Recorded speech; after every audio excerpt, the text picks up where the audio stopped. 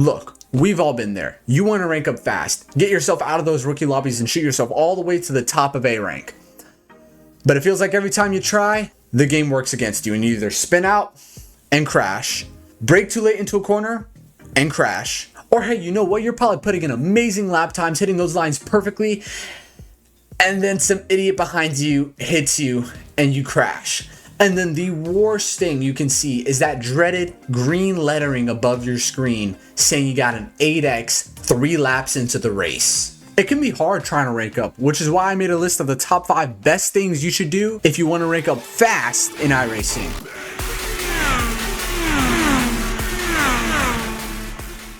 Now this list is in no particular order, so last tip is not going to be better than first, second, or third. Y'all know what I'm talking about. You have brains. And if you don't know what I'm talking about, where have you been the past 30 seconds? I'm talking about tip number 1, which is going to be to drive slow. But bro, this is a racing game. Why would I want to race slow? Race car drivers don't race slow. And yes, I understand that this is a racing game, but you have to remember that you're trying to rank up, not go for the win. And while winning is definitely amazing, it is not what gets you to rank up in this game. Safety rating is. So I am going to try to describe safety rating as best as I possibly can. So you have this guy right here, right? He has a stack of cash. Now this is a little bit of cash, all right? When every time on the track, he makes a corner through his car. So let's say this is his car right here. And then he takes this corner. That gives him a certain amount of safety rating, which in turn is like his cash. Boom. You see, he's happy. The more turns he takes, the more safety rating goes to him, which is making him very, very happy indeed. But oh no, his car spins out and crashes into a wall. Oh dear. So now, what is that? That is incident points. Now, what incident points do is, let's say you have 1 incident point, right? Incident points will take away from that stash of cash. Let's say this is a trash can. Why am I drawing so bad? It's okay. Incident points will take away from this stash of cash. And each incident point you get will take more of that cash from you. Let's make this his cash. It will take more cash from you, which in turn makes you very, very sad. So if you're trying to reach for the win, you're going to be pushing harder, which means higher probability of a chance that you're going to make a mistake and crash, especially if you're a rookie driver who's just getting started. You haven't built up those reaction speeds or muscle memory to know when a car is about to spin out, where the optimal braking point is on a track, and how to regain control of a car that is out of control. If you haven't raced a lot, you don't know a lot. And I'm not saying to slow down at like 3 miles an hour to where you're putting everyone else at risk of crashing. I mean just slow down, find a pace that fits you, and drive safe. Now, tip number 2 is going to be a really important one, and that is to stay away from cars as best as you possibly can. Now, besides from the obvious, what else do I mean by this? Well, for starters, let's say you're racing and you see this really slow car up ahead and both of you are about to make a turn. Your first thought could be, let me pass him up before the turn so I can gain a position. I'm faster than him anyways, and he's just gonna slow me down. Until you try to pass him, only to realize that he made a stupid move like blocking you aggressively, braking too early and too hard, or cutting you off, having you ram into the rear of him, both of you crash, spontaneously combust into flames, and gain incident points. That is not gonna be a fun day, that's for sure. So if you're going to pass drivers, make sure you either pass them on the straight, wait till they make a mistake and then pass them, or just don't pass them at all.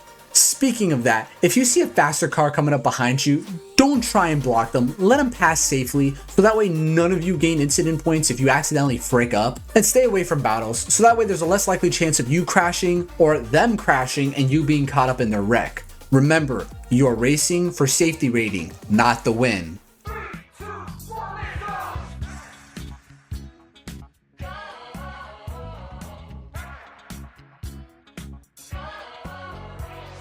Now, tip number 3 goes perfectly with tip number 2, and that is to start in the back of the pack or to start in the pit lane.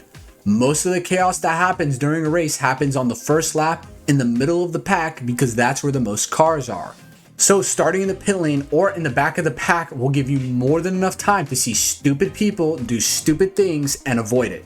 Though if you are pretty far behind and you're coming up upon a crash, watch out for rejoins. For some reason, once people rejoin, they make it their sole duty to wreck out anyone and anything who dare drives next to them when they're trying to get back onto the track. It is so annoying. Like, they see it as an offense to them. They will make sure it's their #1 priority to hit you while they're trying to rejoin. Tip number 4, know the car you're driving. Trust me when I say a quick YouTube video and taking the time to know your car can be a lifesaver. Studying the car you're driving for the race can help you out, especially if you've never driven the car before.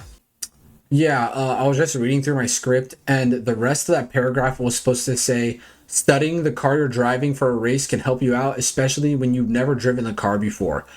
I just realized there was a typo in it, and it says, studying the car you're drinking for the race can help you out. If you need more proof, it's right here. It can help you learn everything you need to know about the car, including if it has ABS, traction control, the grip limits, handling, etc. So, find out what car you're going to be racing, go practice with it so that way you can know your limits, the car's limits, and the track's limits. Just as tip 3 went with 2, so is 5 going with 4. Know the track you're supposed to be racing on. And it might sound obvious, duh, you're supposed to know the track.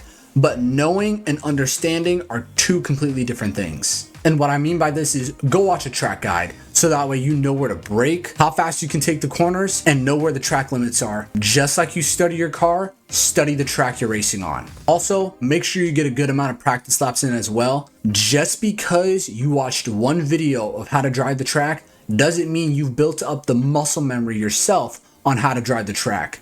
Just like the old saying goes, practice makes perfect. And please, for the love of everything that is good on this earth, please don't be that moron that forgets where to turn, cuts the corner, hits the leader, and kills everybody else. That is why I highly recommend watching a track guide and getting plenty of practice laps in so you don't accidentally frick up.